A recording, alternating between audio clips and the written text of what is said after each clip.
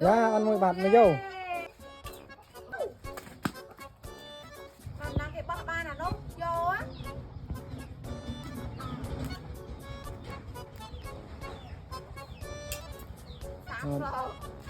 Năm năm. Đi vai đi vai. Bắp ban. Bắp đó đây với hai thì mới. Lên nào. Sai pe. Đúng. Ham. Đúng. Phải chứ. Năng tiết tâm ơi. Đã đi bì rồi. Bỏ cho. Bỏ trôn lên. Mà đừng có lúc đi mà ở đảo bơi vì. Ra ăn. Bơi vì. Ra ăn môi bạt mới vô. Mới vô lên. Mới vô. Bắt trâu rồi.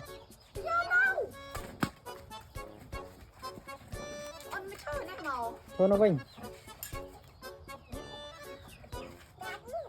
Đấy, nhầm mi. Ai rồi? Ai rồi? Ra, trôn hai mới vô. Lên. Để cho kim lên chặt. Lượn cha ra ở lề.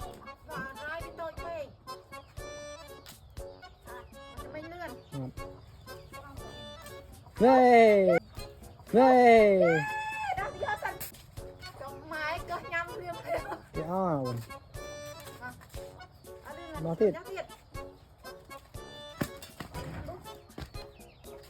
Ôm tiếp ơi.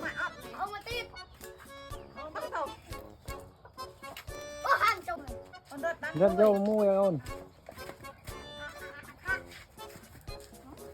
Ôi à, tốt đi Rồi. rồi. Rất vô cũng ta ná cơ nhâm cũng tên.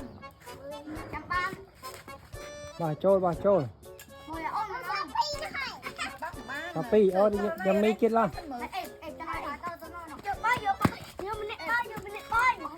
Mi bao tờ lươn này mi thôi. Cái đây môi phong cái đây.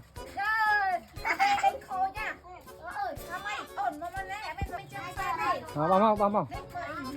Nhầm mi thì chai tay.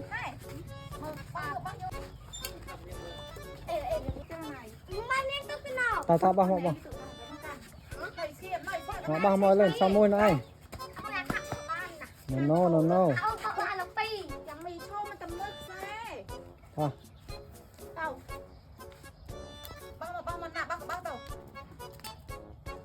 Cái trô lại.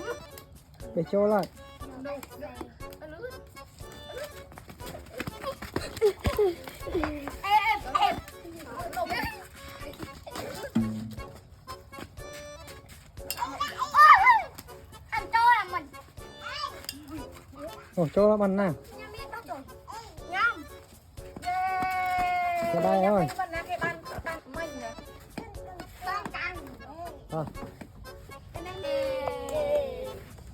Bye bye. Cùng chăm chăm pe nhé. Bye bye. Bye bye.